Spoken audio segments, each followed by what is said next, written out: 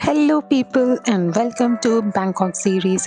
Yes, मेरा Bangkok का सफ़र मेरी लास्ट वीडियो से शुरू हो गया था और आज मैं शेयर करूंगी मेरा डे 2 का एक्सपीरियंस। और ये दिन मेरे लिए काफ़ी इंटरेस्टिंग रहा क्योंकि मैंने एक्सप्लोर किया सी लाइफ,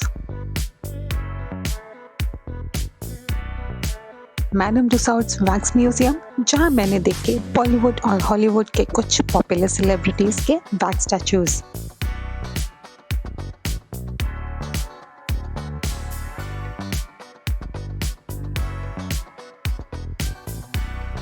और लास्टली मैं गई एक एक्सोटिक एक्सपीरियंस के लिए ऑन अ डिनर क्रूज। तो बिना देर किए शुरू करते हैं वीडियो को और घूमते हैं Bangkok city. So last video में मैंने अपनी पट्टिया की जर्नी ख़त्म की और शुरू किया बैंकॉक का सफ़र महानखोन टावर को एक्सप्लोर करने के साथ, जो मेरे लिए out of the world experience रहा। And I would highly recommend to visit the tower when you are traveling to Bangkok. तो मेरे सेकेंड डे की शुरुआत हुई ब्रेकफास्ट करने के साथ, जो इस बार मैंने होटल की बुकिंग के साथ इंक्लूड नहीं करवाया था, और लास्ट नाइट ही कुछ फ्रूट्स एंड बन्स खरीद लिए थे लोकल एरिया के 7-Eleven से फॉर माई ब्रेकफास्ट, जो मेरे लिए इनफ था।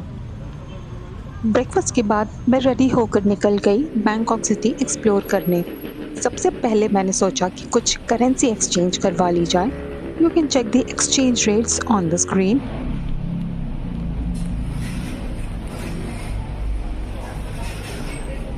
बस उसके बाद मैं निकल गई अट्रैक्शंस देखने के लिए। मेरा सबसे पहला स्टॉप था सी लाइफ, जो है सियाम पैरागॉन मॉल के अंदर।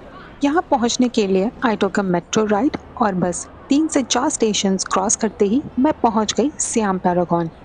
एंट्री करने के बाद कुछ फ्लोर्स नीचे उतरते ही मैं पहुँच गई सी लाइफ के एंट्री गेट के बाहर, क्योंकि मैंने मॉर्निंग स्लॉट्स बुक किए हुए थे। एंट्री के लिए मुझे थोड़ी देर क्यू में खड़े होना पड़ा क्योंकि वीकेंड की वजह से काफ़ी रश था, लेकिन मेरे पास ई टिकट्स ऑलरेडी अवेलेबल थी, जिसकी वजह से मैं टिकट्स बाय करने वाली क्यू से बच गई थी, जिससे मेरा थोड़ा टाइम भी सेव हो गया था। फाइनली मेरा नंबर आ ही गया था and they just scan the QR code on the e ticket and I got the entry with the free digital photo, जो एंट्री पर ही क्लिक होती है, जिसकी फिजिकल स्लिप आपको एग्जिट के टाइम पर मिल जाएगी, जिसमें एक QR कोड के थ्रू लिंक एक्सेस करके आप अपनी डिजिटल फ़ोटो डाउनलोड कर सकते हो।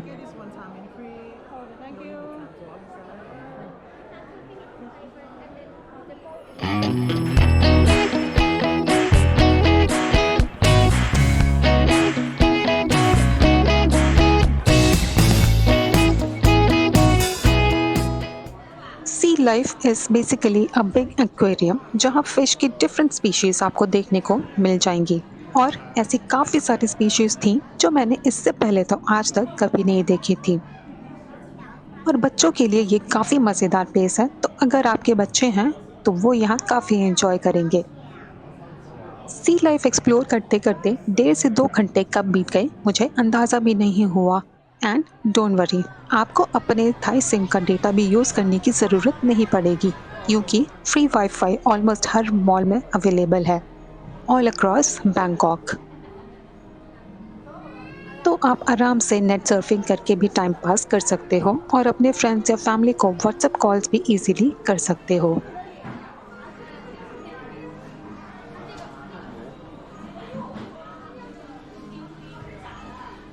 Exit करते टाइम पर they asked me to buy the physical copies of the photos that they collect while entering the premises.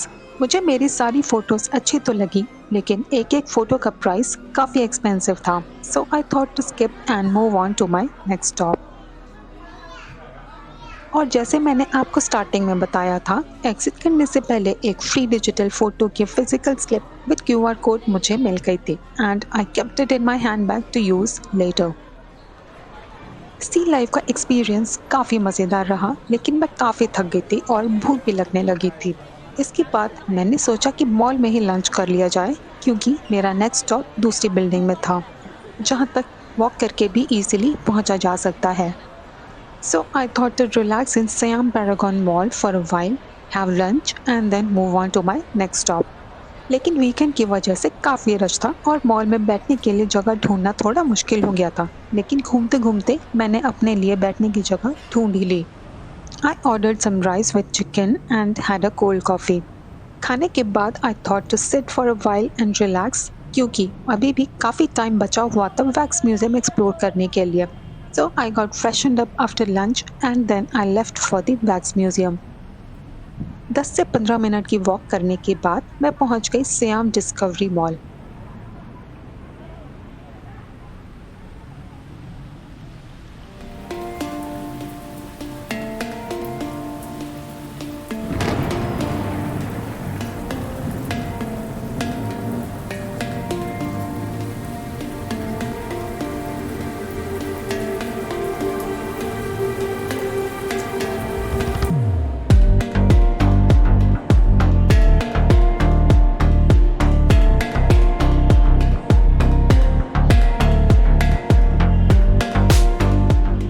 Entry करने के बाद मैं पहुंच गई थी मैडम तुसाड्स वैक्स म्यूजियम के एंट्री पॉइंट के बाहर। मेरे पास ही टिकट ऑलरेडी अवेलेबल थी, तो बस क्यूआर कोड स्कैन हुआ और एंट्री मिल गई वैक्स म्यूजियम के लिए, जिसको देखने के लिए आपको लिफ्ट से एक दो फ्लोर्स ऊपर जाना होता है।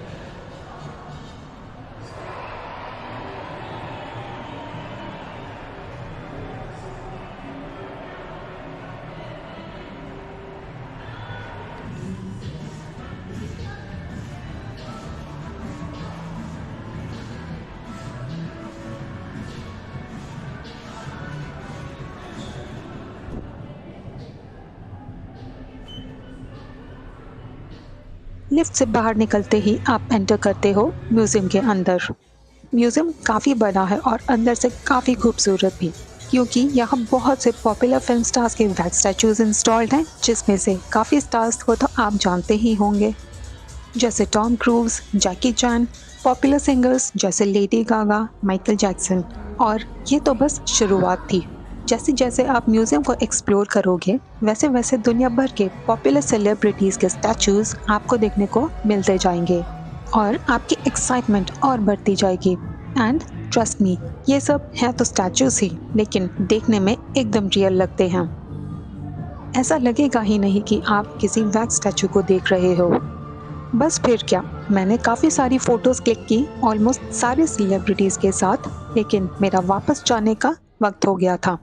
मेरा तो मन कर रहा था कि बस वहीं अपना पूरा दिन स्पेंड कर लूं, लेकिन वक्त हो गया था मेरे नेक्स्ट स्टॉप के लिए, सो मुझे अब इन सब सेलिब्रिटीज़ को अलविदा बोलना पड़ा।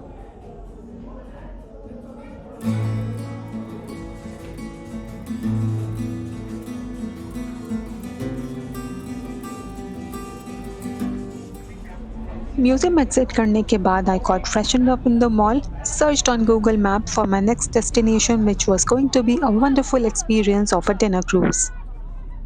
और लोकेशन थोड़ी ज़्यादा दूर थी, तो मैं डायरेक्शंस फॉलो करते करते मेट्रो राइड लेकर पहुंच गई नेक्स्ट डेस्टिनेशन, जिसका नाम था एशियाटिक द रिवर फ्रंट। यहाँ जाने के लिए आप गूगल की हेल्प से मेट्रो रूट फॉलो करके ईजिली पहुँच सकते हो। लास्ट मेट्रो स्टॉप पर उतरते ही वहाँ से बोट राइड करके आपको ट्रांसफ़र किया जाएगा एशियाटिक पियर के एंट्री पॉइंट तक। बोट राइड का कॉस्ट था अप्रॉक्सीमेटली 20 थाई बात, और बस 2 से 3 मिनट में आप पियर तक पहुँच जाओगे।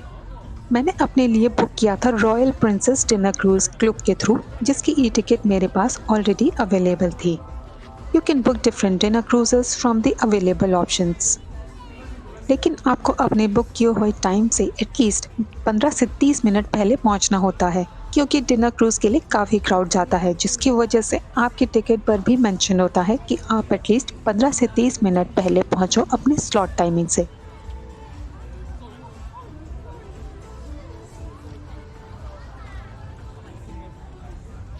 एंट्री पर ही डिफरेंट डिफरेंट क्रूजेस के ऑर्गेनाइजर्स बैठे होते हैं, जहां आपको अपनी टिकट शो करनी पड़ती है, and they will give you a wrist band for your cruise and a paper badge as well. मेरे पास अभी भी 1 घंटे का टाइम बचा हुआ था और मेरे बुक किए हुए क्रूज के लिए क्यू स्टार्ट नहीं हुआ था, सो मैंने सोचा कि वहीं से कुछ स्नैक्स खा लिए जाएं, क्योंकि यहाँ पहुँचने में मुझे काफ़ी टाइम लग गया था और भूख भी काफ़ी लगने लगी थी। So I had some banana and egg roti along with some hot Thai tea. And trust me, रोटी बहुत ही टेस्टी थी और थाई टी का तो जवाब ही नहीं। It's highly recommended from my side. उसके बाद मैं पहुंच गई वापस एंट्री पॉइंट पर और मेरे क्रूज़ के लिए क्यू लगना स्टार्ट हो गया था।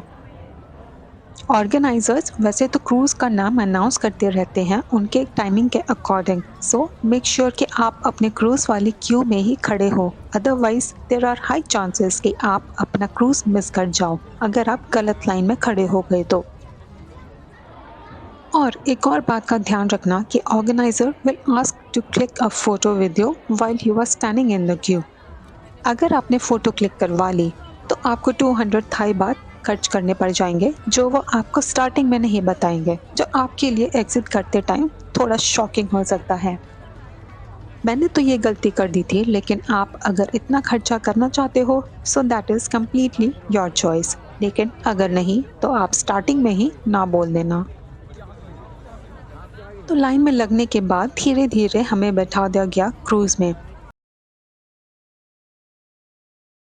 टिकट्स पर आपकी टेबल का नंबर भी मेंशन्ड होता है और 2 से 3 फ्लोर्स अवेलेबल हैं, जिनमें से टॉप फ्लोर ओपन होता है जहां से व्यूज़ काफ़ी ज़बरदस्त होते हैं।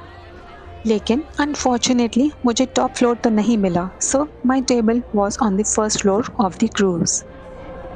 मैंने देखा कि मोस्टली क्राउड सबसे पहले बूफे की तरफ जाने लगा, सो मैंने सोचा कि मैं भी अपने लिए खाना ले लेती हूँ, फिर आराम से बैठकर क्रूज़ का मज़ा लिया जाएगा।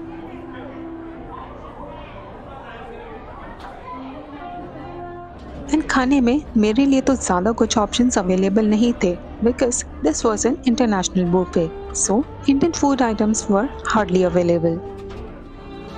तो मैंने अपने लिए कुछ चिकन स्नैक्स, सुशी और डिज़र्ट्स लिए और शुरू हुआ मेरा क्रूज़ का एक्सपीरियंस।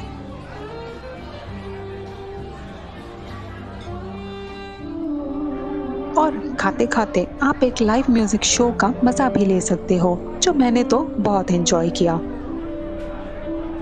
खाते खाते और म्यूज़िक शो एंजॉय करते करते टाइम कैसे बीत गया पता भी नहीं चला।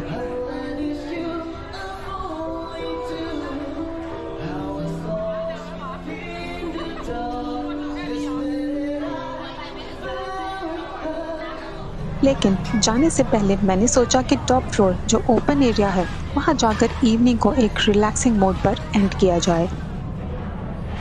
बस मैं हो गई खाने के बाद फ्रेश और पहुँच गई क्रूज़ के टॉप फ्लोर पर, लेकिन बारिश की वजह से वहाँ बूफे नहीं लगा था, so there was no crowd at the top floor. पर हल्की हल्की बारिश में क्रूज़ के टॉप से नाइट व्यूज़ एंजॉय करने का अपना अलग ही मज़ा है। And trust me, this was the perfect end to the night and a most memorable one.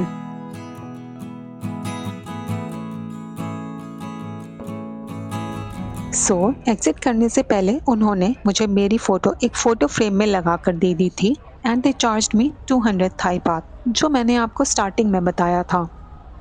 मुझे थोड़ा सा शॉक लगा क्योंकि मुझे बिल्कुल आइडिया नहीं था कि फ़ोटो के लिए वो चार्ज भी कर लेंगे, but I had no other choice other than spending a few extra bucks for the photo.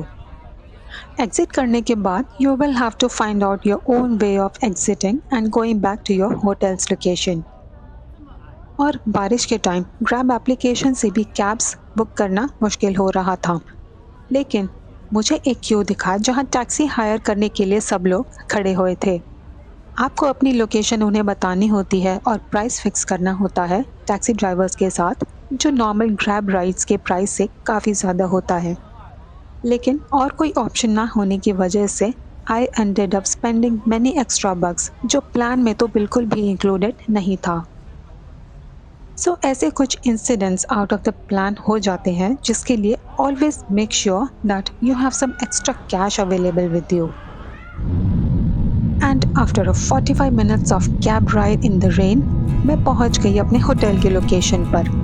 तो मेरा डे 2 कैसे ख़त्म हो गया मुझे पता भी नहीं चला, लेकिन ये दिन मेरे लिए काफ़ी इंटरेस्टिंग और मेमोरेबल रहा। And this was all for my second day in Bangkok city.